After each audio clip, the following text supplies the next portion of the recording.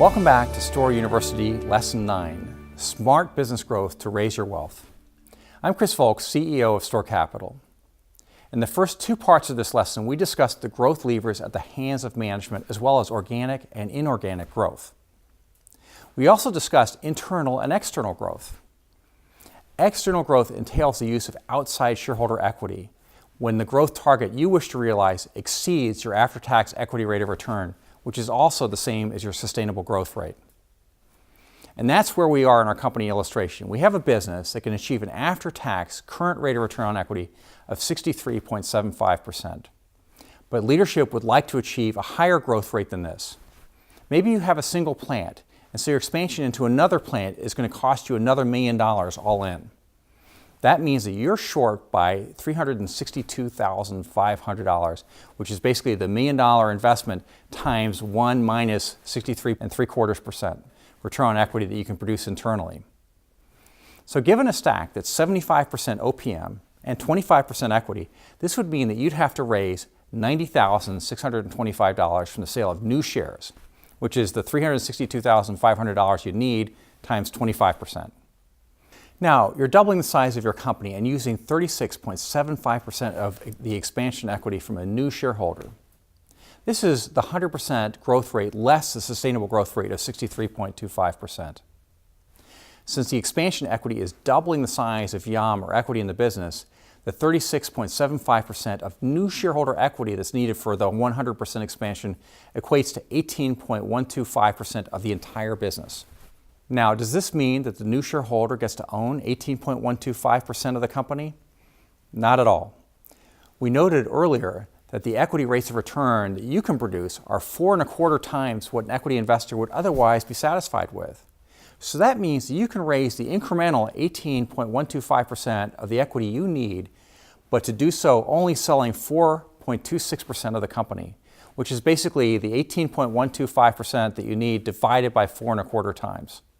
And guess what? Your personal rate of return is going to go up because you only paid for 81.875% of the cost of the equity, but you have a full 95.7% of the ownership. How does that work? Well, you just multiply the company's after-tax ROE of 63.75% by your 95.7% corporate ownership, and then you divide that by your 81.8% investment in the equity at cost. And you can see that your prior corporate 63.75% after-tax rate of return becomes a personal after-tax rate of return to you of over 74.5%. That's not bad at all, is it?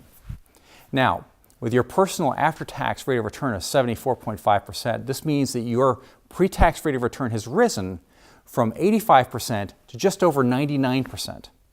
Meaning that if you sold your stake in the company, your ability to have grown that business using lower cost, external equity will have raised the value of your own stake.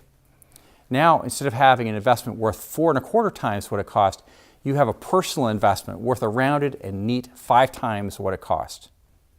In our example here, your first plant cost you $250,000 in YAM, and the second one cost you the reinvestment of your 63.75% after-tax equity rate of return, which is $159,375. Giving you a total YAM investment of $409,375. Now that YAM is worth a cool $2,034,375, which is amazing. What you're seeing here is how wealth is created by first having a business that can produce rates of return that exceed those that otherwise would be required from individual investors, and then second, by selling off small pieces of your company to enable growth that will elevate your personal equity rates of return even further. This illustration gives you a good idea of how most of America's wealthiest individuals who made it to the list of the Forbes 400 got there. Keep in mind that the company's sustainable growth is still 63.75% in our example because its return on equity has not changed. But the division of that return has, since you now have a minority shareholder that's receiving 4.25% less of a return than the proportion of equity they put up. The lesson here is that ownership dilution harnessing external growth can be a great thing if your proportion of cash flows rise as a result of raising new equity. And given investors that are willing to realize a return that's less than a quarter of the return that you can produce, the ability to raise new equity to achieve intelligent external growth has a long runway and a lot of margin of error in our example. That's because your business is producing such a higher rate of return on its equity at cost that will be required by a typical investor. And this concludes our lesson on growth. Company growth accompanies risk, especially if it's rapid or inorganic. Growth for growth's sake is never a good idea. You have to first have confidence that your growth will benefit and be well received by your customer base. And that being the case, you have a good shot to benefit other stakeholders who are your shareholders, OPM providers, and the staff of the enterprise you've created.